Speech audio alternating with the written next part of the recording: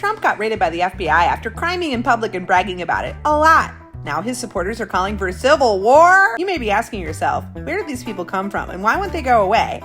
Let me tell you. The recession is deepening, inflation is rising, violence and gun sales are at historic highs. Kyle Rittenhouse has his own shooting video game marketed to kids. What the fuck? And Josh Hawley, who fist pumped the insurrection and then fled in terror, is publishing a book on reclaiming masculine virtue. And Trumpers want war because they really want an excuse to use all their guns. If we want to know how we got here, we're going to have to go further back than these guys. It's not enough to look at recent events for the answers. It's not enough to blame Trump or MAGA or the Proud Boys or the January 6th insurrectionists. We have to look at the historical patterns that brought us here, the long arc of shaping and creating public opinion over decades and generations. In 1928, Edward Bernays published the book Propaganda, which pointed to the success of World War I mass media propaganda in not only shaping, but creating, conjuring, manufacturing public opinion, creating what he referred to as the invisible government. It was also the success of World War I propaganda that legitimized the advertising industry and showed not only the powerful in government, but the powerful in business, how effective propaganda could be at changing and making up people's minds. The minority has discovered a powerful help in influencing majorities to mold the mind of the masses that they will throw their newly gained strength in the desired direction. This practice is inevitable. Propaganda is the executive arm of the invisible government. But Bernays didn't simply advocate for manufacturing public opinion for the sake of the government, but commerce too, because the two go hand in hand. And this is even more true today when we are governed less by our lawmakers and more by corporate rule, as described by Naomi Klein in No Logo. Under corporate rule, global corporations have more power than our individual governments. And we can see how Bernays used propaganda for both government and commerce simultaneously when he helped orchestrate the 1954 Guatemalan coup to overthrow the democratically elected president Jacobo Arbenz on behalf of his client, the United Fruit Company, now Chiquita, to help protect their profits. The important thing is that propaganda is universal and continuous. It's sum total regimenting the public mind every bit as much as an army regiments the bodies of its soldiers. Small groups of persons can, and do, make the rest of us think what they please. So if we want to understand how the hell we got here, we have to see today's events as connected to this continuous cycle of generational propaganda, all meant to turn each of us into soldiers, to use Bernays' words, of commerce on behalf of what he called the intelligent minority, i.e. the rich elite. So when Trumpers threaten civil war, they are revealing how well trained they are, all while being convinced that they came up with this themselves. Because the goal of propaganda and militarism in general is to convince people that this is what they wanted all along. So they will happily and dutifully sacrifice their own best interest to protect the powerful minority. The important thing for the statesmen of our age is not so much to know how to please the public, but to know how to sway the public. The political leader must be a creator of circumstances. This is how we got here. Welcome to Marketing Muckraking, the show that asks not simply what brand culture can do for us, but what it's doing to us. With your host, creative director, and brand strategist gone wild, Rachael K. Albers, making fun of business and making business fun. This is the show for rebels, revolutionaries, and renegades who run businesses that burn the rulebook. If you're sick of business podcasts that have all the answers, well, I got nothing but questions. Let's go. Episode 20. How did we get here? The history of marketing, propaganda, and politics from World War I to the post-Trump era. Okay, so that's the short version, but I got a lot of feedback on this reel in TikTok. So today I wanted to do a longer, deeper dive into this because I believe that marketers and the people who consume marketing, that's everybody, need to know the history of the advertising industry, which, as you saw in that video, was legitimized by the success of World War I propaganda. There is so much more to this history than Mad Men. Marketing history intertwines with how politics and culture took shape over the last century. To understand marketing history is to understand ourselves. Here is what you need to know.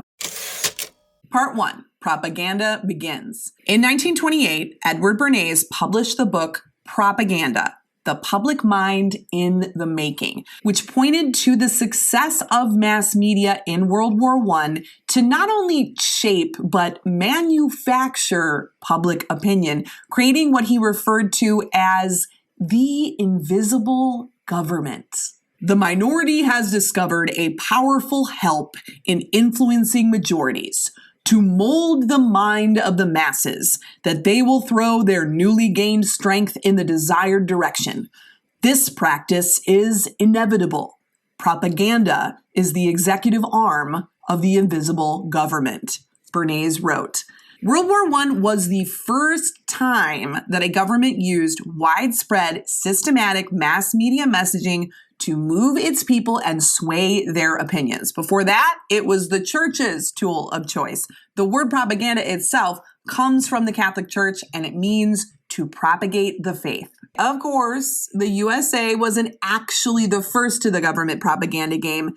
Just excellent copycats, per usual. If you listened to episode 2 of the show earlier this year, How to Lose Friends and Alienate People, you know that in 1917, Woodrow Wilson appointed George Creel head of the Committee on Public Information, or the CPI, which is a fancy way of saying Countrywide Propaganda Institute, and Creel simply copied British methods, supersizing them. Yep.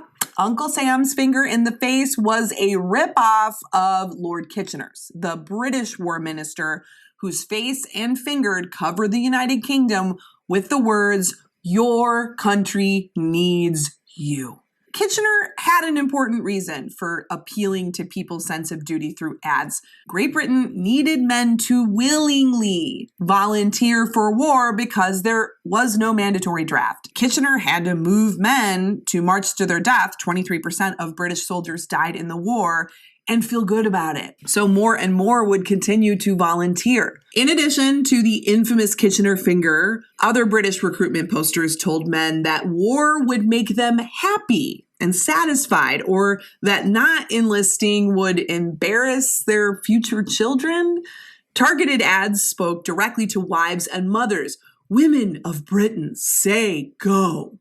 With this concept that sending one's husband or son to war was a woman's way of expressing solidarity and patriotism. This worked so well, even with hundreds of thousands of British casualties, the final number tops over 1 million, that over in America, George Creel essentially copy-pasted Kitchener's plea onto Uncle Sam, and then he 10x'd it. The CPI used every method of communication to fight for the minds of men, as Creel described it in his memoirs on the CPI, How We Advertised America.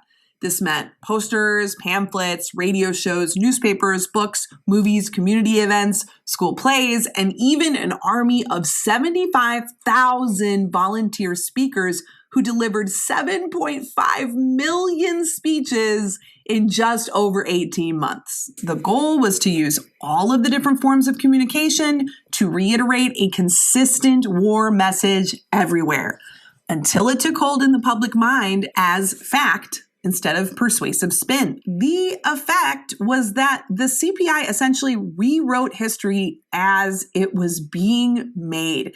Originally, this American propaganda machine tiptoed around restricting free speech outright by establishing what they called voluntary censorship rules that news organizations chose to abide by when publishing news about the war. The CPI's Division of News worked directly with journalists to approve what information went to press so that the war message in every corner of the country was identical. In Words That Won the War, historians describe a typical Midwestern farm family. Every item of war news they saw in the Country Weekly, in magazines, or in the City Daily, picked up occasionally in the general store, was not merely officially approved information, but precisely the same kind that millions of their fellow citizens were getting at the same moment. This uniform message painted a rosy picture of noble, heroic, civilized Americans against the mad brutes of Germany, literally dehumanizing the enemy with posters that depicted Germans as drooling King Kong-esque apes. The CPI manufactured and exaggerated stories of rape, murder, and torture to reinforce America as the defender of civility against the inhuman barbarism of the outside world. And in this way, while World War I may be the first time that the United States government officially engaged in systematic propaganda, the message was consistent with its early founding and expansion. This idea that America was a civilized, noble, heroic nation was used to justify the atrocities of slavery, colonization, genocide. The government had leveraged these themes of manifest destiny and civilization versus barbarism so many times in the building of the nation, they felt familiar to people. In the 1820s, Secretary of War Lewis Cass described the need for Indian removal, as they called it, in this way. A principle of progressive improvement seems almost inherent in human nature. We are all striving in the career of life to acquire riches of honor or power or some other object whose possession is to realize the daydreams of our imaginations. And the aggregate of these efforts constitutes the advance of society. But there is little of this in the constitution of our savages. A century later, by the time that World War I rolled around, white Americans had been trained to conflate killing the savage enemy with the pursuit of progress. Nearly all news agencies followed the CPI's voluntary censorship rules, many of them out of fear of inadvertently violating the 1917 Espionage Act, which would pull any newspaper publishing information that could be interpreted as interfering with recruitment or causing insubordination, disloyalty, mutiny, or refusal of duty in the Army. Now that it's Trump being investigated for violating the Espionage Act, a law which has been historically used to silence and imprison left-wing political figures like Eugene Debs at this time, suddenly conservatives like Rand Paul think it should be repealed? How convenient. Now, the Sedition Act of 1918 did finally codify this censorship, and it went ahead and formally restricted free speech outright by punishing any speech seen as disloyal to the government. But when it came to newspapers, it was rarely enforced because they chose the CPI's voluntary self-censorship instead. The CPI also worked with advertisers in this way, and the government published their own ads so that when Americans open their newspapers each day, as today we open our phones, every single item on the page reiterated the same uniform message. The news that went to print was patriotic, it was upbeat, and it presented a sentimental, romantic view of the war as fact, with America as a selfless hero. Knowing this about our history gives a whole new flavor to the concept of fake news. Now, it's important to note that the CPI didn't pull this uniform message out of their butts. So they didn't pull it out of thin air, but they leaned into the beliefs that many, but not all, Americans held at the time.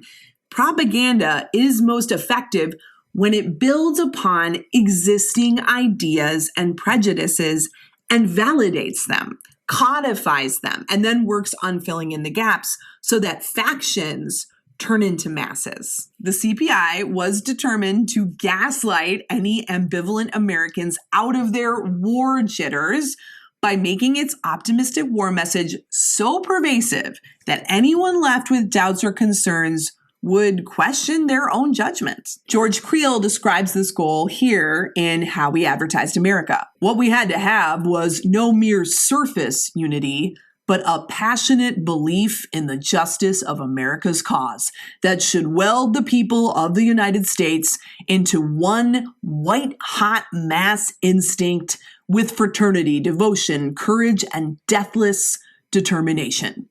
The war will, the will to win of a democracy depends upon the degree to which one of all of the people of that democracy can concentrate and consecrate body and soul and spirit in the supreme effort of service and sacrifice.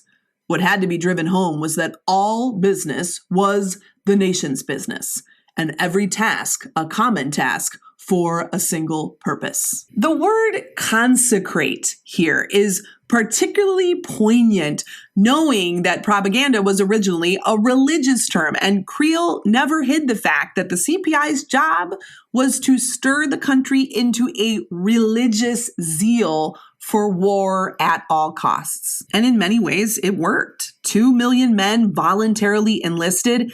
8 million people volunteered with the Red Cross. 20 million people bought war bonds, raising more than $17 billion, which is the equivalent to about $6 trillion in today's currency. And it left the country as a whole with this reinforced view of itself as a crusader for freedom. Yes, there were critics of how propaganda was used to consecrate the country in this way, but many of those voices were just drowned out by the totality of the CPI's messaging, or they were silenced or imprisoned by the Espionage and Sedition Acts, so people didn't hear much from them. Looking back at Creel's memoirs, at how he told the story of the CPI in the years after the war, and he staunchly denied that they engaged in censorship or fake news of any sort, which is fake news, and you pair that with Edward Bernay's book Propaganda, which came out 8 years later, you could say both books are propaganda about propaganda, or in Bernay's case, part of a public relations campaign to sway the public on the virtue of swaying the public while strengthening his personal brand in the process. Part 2. Public relations puts the truth in advertising. Bernays worked with the CPI in its Bureau of Latin American Affairs, and after the war, he parlayed this experience in changing people's minds into the field of public relations, of which many consider him the father. The success of World War I propaganda had far-reaching effects beyond the war itself. It legitimized the advertising industry as a whole. It was not only the powerful in politics, but the powerful in business, who saw how effective a consistent and omnipresent message could be at making up people's minds for them. Before this time, advertising was largely seen as the hokum of hucksters. Patent medicine makers were the first to advertise their wares on a large scale, promising to cure every ailment from cancer to diabetes to problems that people didn't even know they had until a hyperbolic headline worried them into it. The term snake oil salesman, which we know today as someone selling seedy goods, originated with the patent medicine mogul Clark Stanley, the self-styled rattlesnake king. He advertised his goods across the USA all throughout the late 1800s.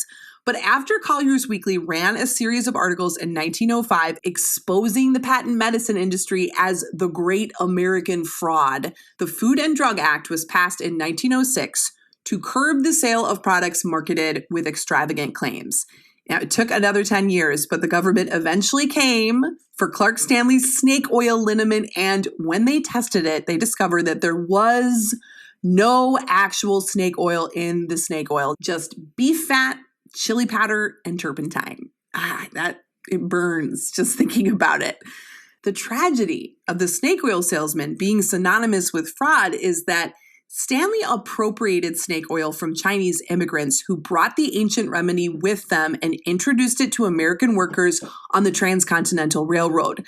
The traditional remedy does contain actual snake oil from the Chinese water snake, which is rich in omega-3 fatty acids. It has been proven to reduce inflammation and ease arthritis pain and even improve cognitive function.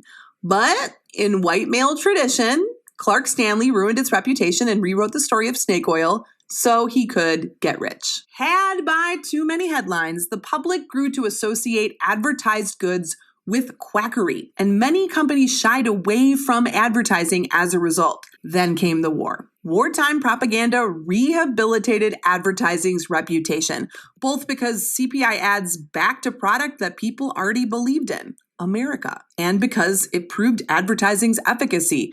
World War I showed the world that if you repeat a consistent message enough times in enough places, people will eventually start to believe it. But the crucial key to the CPI's success was in expanding the traditional definition of advertising to include public relations. The war paved the way for public relations to become a full-fledged industry, demonstrating just how powerfully an advertising message can take hold in the public mind when paid media is paired with earned media, where a third party like the press or a prominent public figure echoes the message. Public relations is often seen and presented as something separate, something distinct from advertising, but in reality, it is an extension of it.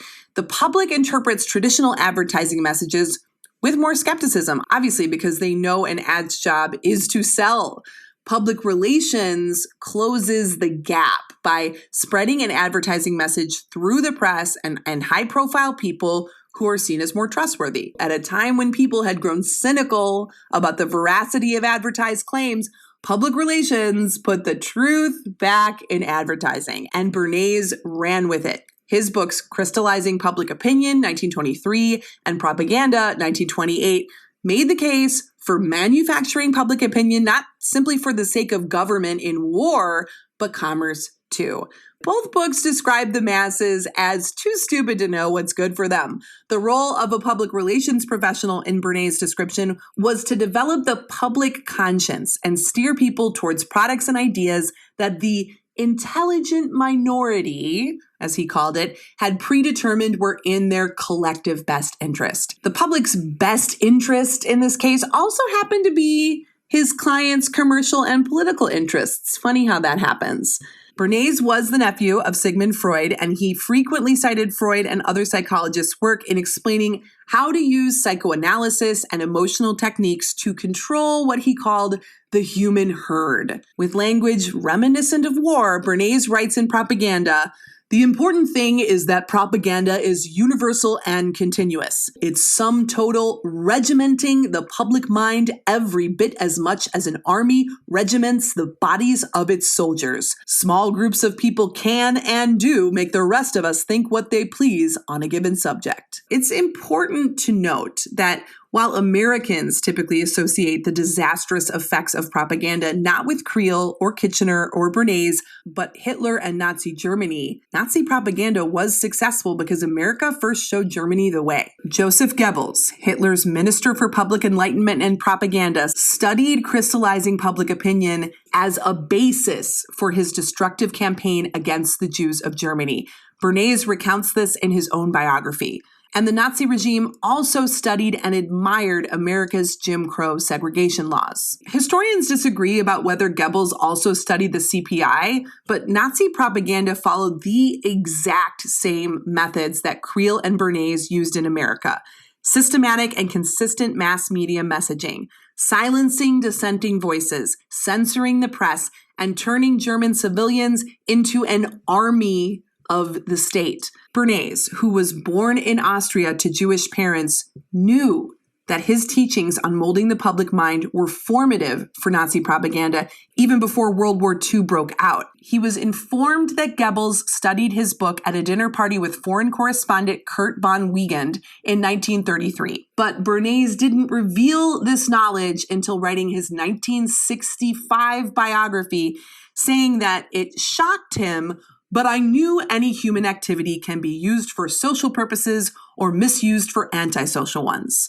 Obviously, the attack on the Jews of Germany was no emotional outburst of the Nazis, but a deliberate, planned campaign. 2 years after Bernays learned that Hitler was using his ideas on propaganda to build a cult of personality in Nazi Germany, Bernays continued to advocate for these exact methods. When giving a speech to the Financial Advertisers Association in 1935, he said, "The world needs an entire new set of outstanding human living symbols that will hold public confidence. Publicists, economists, leaders in research, the heads of great educational institutions can and should be made the human symbols to bring new faith and strength."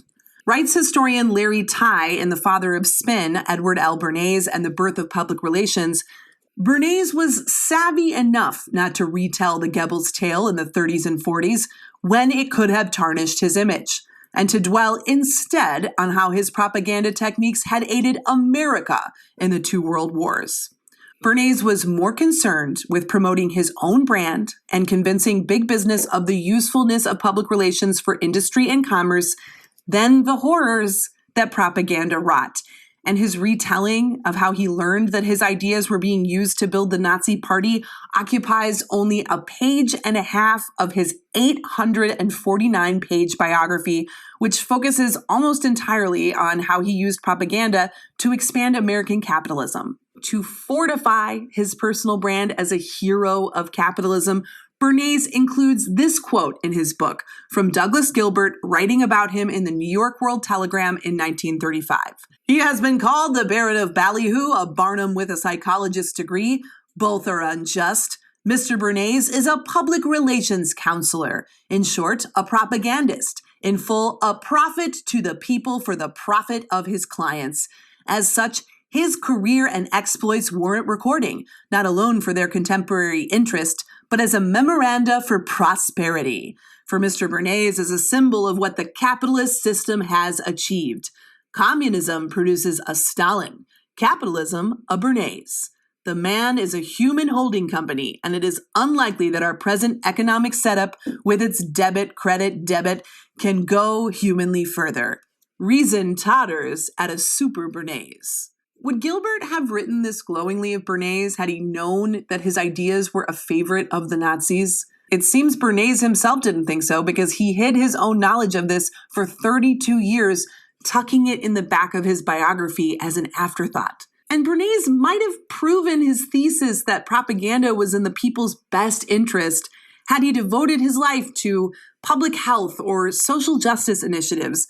But his body of work shows that Bernays primarily used the language of public good for the good of capitalism. His goal was to sell cigarettes, bacon, bananas, light bulbs, soap, hairnets, and ultimately himself.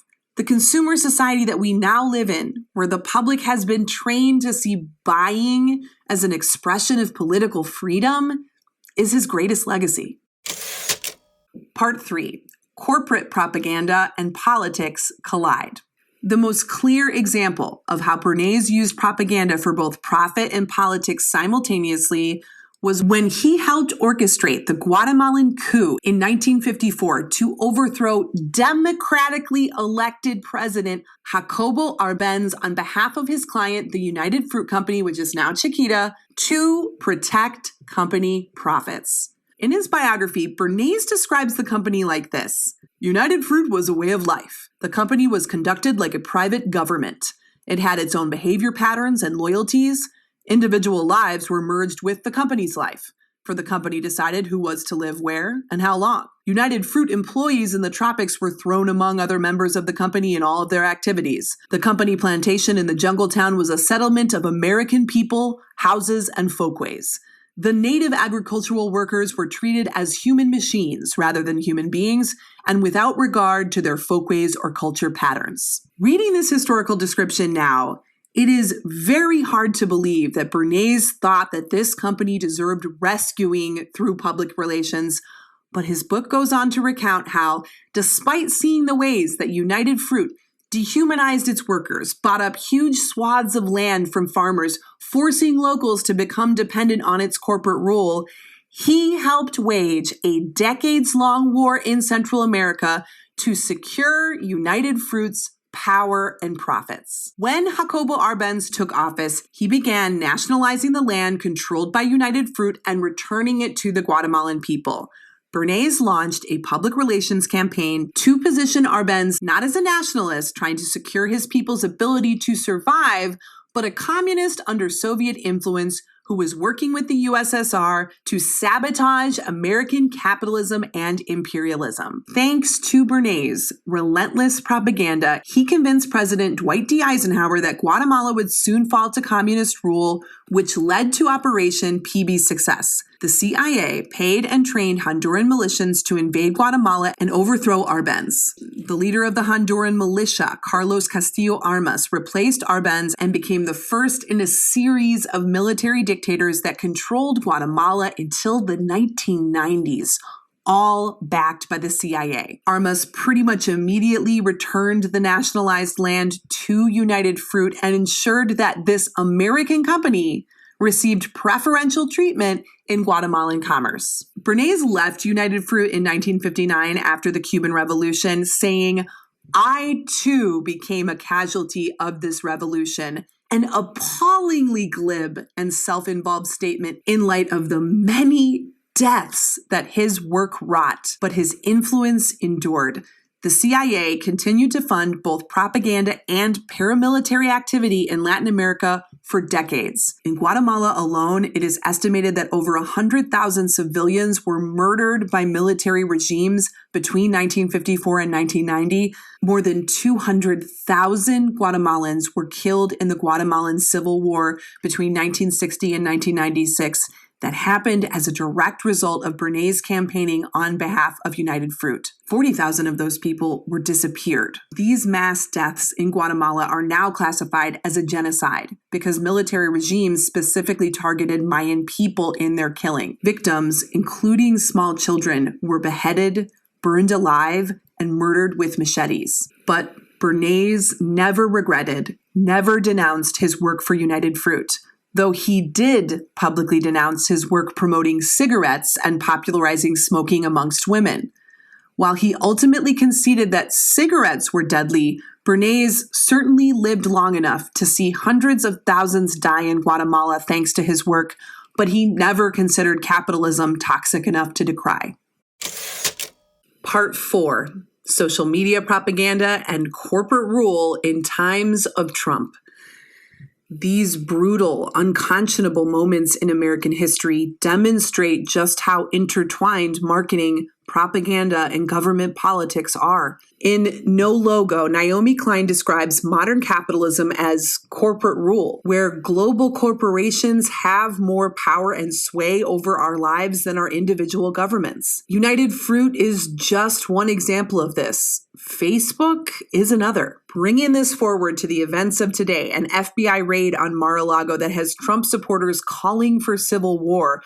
To understand how we got here, we must see leaders like Trump and his devoted supporters as connected to what Bernays called the continuous cycle of generational propaganda, all meant to train each of us into becoming soldiers of capitalism on behalf of what Bernays described in propaganda as the intelligent minority. Translation, the rich elite. While United Fruit exemplifies corporate rule in how it employed propaganda through traditional advertising and public relations to influence global politics for its own company profits, Facebook is a more complex and disturbing example of corporate rule because it is an advertising and public relations medium in and of itself.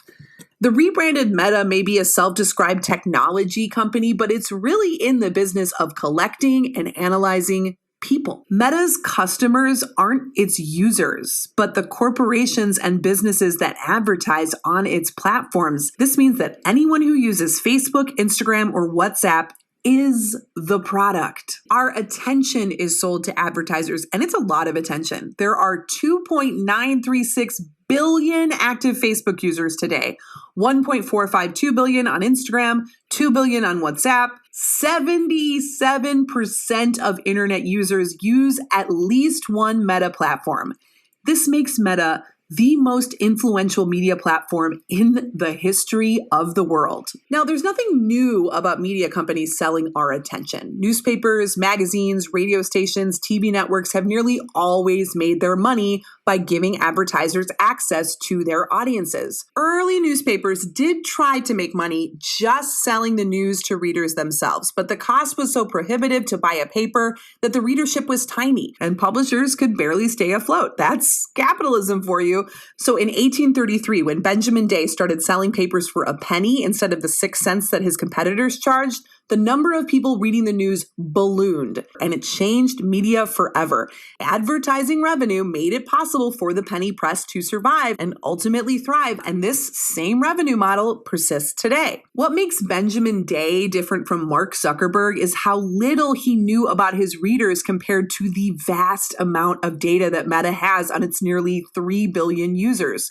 Whereas Day sold advertisers the ability to share their message with many people at once, Zuckerberg sells advertisers the ability to share tailored messages to highly specific groups of people, even one at a time if they choose. In 2017, Alexander Nix, then CEO of Cambridge Analytica, deemed this media transition from madmen to mathmen, explaining how advertising was moving away from being a creative industry to a data-driven industry. He took to the online marketing speaking circuit to proclaim how communication as we knew it was dead and targeted technology was the new sheriff in town. And he used his work on the Trump campaign as his flagship example. Whereas Bernays relied on broad and imprecise emotional appeals to the masses at large to achieve his propaganda and public relations goals, Nix and Cambridge Analytica customized their emotional appeals to small segments of the population based on an in-depth understanding of their individual personalities and priorities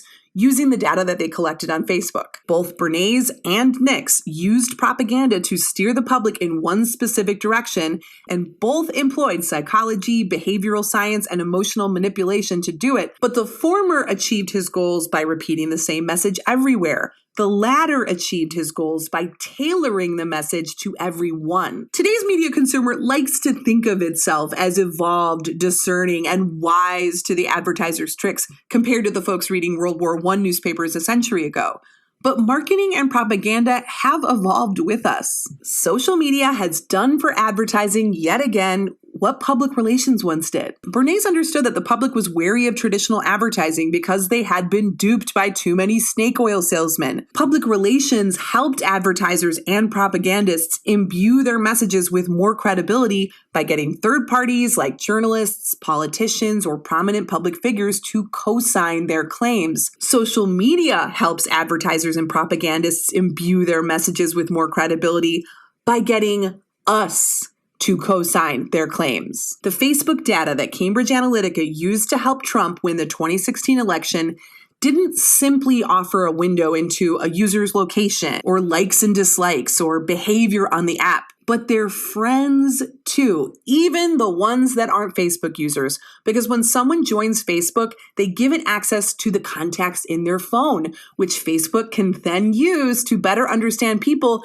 that don't even use its platform. This means that you might not use Facebook, but Facebook still uses your data, collecting it from your friends to improve its ad targeting, and you're still probably seeing Facebook ads too, because of the 80,000 apps on the Meta Audience Network. The data that Facebook collects on how people interact with their friends is used to algorithmically determine which content will not only resonate with someone, but will also get the most engagement from their community. A 2019 study published in Electronic News says users on social media are more willing to engage with information when it comes to them via their social networks, largely due to the fact that the social media feed is a self-curated collection of content. Likes, shares, comments on a post all affect how we interpret its credibility, and we tend to pay closer attention to things our friends or contacts share. Facebook researchers want to please advertisers, so they have been studying this behavior closely to display content in the feed that is likely to garner the most engagement, not just clicks. Engagement boosts credibility. Credibility combined with repetition converts, changing minds, selling products, and yes, even electing politicians. It's easy to see Cambridge Analytica as the bad guy who's been caught and put away. The company dissolved, Facebook changed its privacy policies, increased scrutiny around political ads, rebranded to Meta. Alexander Nix is banned from running or directing a company in the UK until 2027, and now Trump is under FBI investigation. But the algorithms live on. And so does the MAGA army, which we can see today in their cries for civil war. The impact of Trump's presidency reverberates violently across the country and the world. Meta and the rest of big tech are still studying our behavior to learn how we make decisions and then selling our attention to advertisers. But it's not just our attention. It's their algorithmic ability to direct that attention, compelling us to buy or buy in. And those with the most money to spend will have the most sway. This is what Naomi Klein meant in No Logo when she described corporate rule, where corporations have more power than individual governments. Corporations serve profits. Politicians serve corporate interests. People are served up to both as products, and propaganda serves to convince people that this is what we wanted all along. We can't separate commercial advertising from political propaganda because they work together, and it's been this way for over a century. World War I propaganda, which legitimized the advertising industry and paved the way for madmen and mathmen and meta-men alike, ultimately sold more than the war. It sold the merits of American capitalism in and of itself. It sold corporate rule in red, white, and blue packaging. America became an international superpower not simply because of its military prowess, but its global corporate influence. And just like you don't have to be on Facebook for your data to be used and exploited by Facebook, you don't have to be American to be ruled by its corporations. Just look at Guatemala, a country still grappling with the damage of 36 years of genocide and civil war, all thanks to corporate propaganda from United Fruit, now Chiquita, which is still the largest banana company in the world. The United States has contributed more to climate change than any other country in world history, emitting over 400 billion metric tons of greenhouse gases since 1751. This pollution affects every country in the world's access to fresh air, safe drinking water, and ability to secure food and shelter. Apple is valued at $2.2 trillion, making it wealthier than 96% of the world. If it was a country, it would be the world's 8th wealthiest nation. Amazon would be 14. At the 2017 Online Marketing Rock Stars Festival in Hamburg, Germany, it's hard to say that with a straight face. It sounds like Brad came up with that title. Before the Cambridge Analytica scandal, when Alexander Nix was still bragging about how technology won the election for Trump, heralding how mathmen had replaced madmen, a panelist asked him this: "Are you happy putting a misogynist buffoon into the highest, most powerful job in the world who's now fucking up our world? Are you happy?" Nix responded like he had been trained by Bernays himself. "I think you need to step backwards a little bit and understand that I don't think it's for people sitting in other countries to cast their opinions on the self-determination of the United States. If that's the will of the people, I don't think it's anyone's job in this room to go against that." The audience seemed to buy it. People applauded, panelists nodded, the person with the mic shrugged. Fair enough. Fair enough? For who exactly? Nix's answer suggests that America exists in a vacuum, that Trump's presidency concerned no one but the people propagandized to put him in power, that American policies, trade agreements, and the corporate behemoths that Trump worked tirelessly to deregulate don't directly impact the entire global economy. But what do I expect? The people nodding along with Nix at the Online Marketing Rock Stars Festival were marketers. They went to the festival to study the Bernays of our day, to learn how to sway the public like an Apple, an Amazon, a Trump, or a Zuckerberg. The marketing industry was founded and fueled on the belief that capitalism ultimately serves the public good, and that its casualties are tragic but necessary sacrifices in the defense of our freedom to keep buying in. As Bernays instructed, the marketing business is the business of regimenting the public mind every bit as much as an army regiments the bodies of its soldiers. When Trumpers call for civil war or marketing rock stars nod along with Nix, they reveal how well this training works. "There are invisible rulers who control the destinies of millions," Bernays wrote in 1928. "The important thing for the statesmen of our age is not so much to know how to please the public, but how to sway the public. The political leader must be a creator of circumstances." To borrow Nix's language, we have indeed gone from madmen to mathmen. Only the invisible rulers, the intelligent minority that Bernays spoke of nearly a century ago, are now artificially intelligent. The state is a global corporatocracy, and we are its body of soldiers, and ultimately, its casualties. If you want more marketing muckraking and brand strategy gone wild, I invite you to subscribe to this show, and if you enjoyed it, leave me a review. That really helps me out. If you hated it, please send it to your enemies. They sound like good people. You can go to rachaelkalbers.com/subscribe to get these updates in your inbox. And because this show is self-sponsored, if you wanted to support my work, you can go to buymearobe.com. That's where the magic happens. In the meantime, remember, it's not the age of the niche, it's the age of the wildcard bitch. See you on the internet.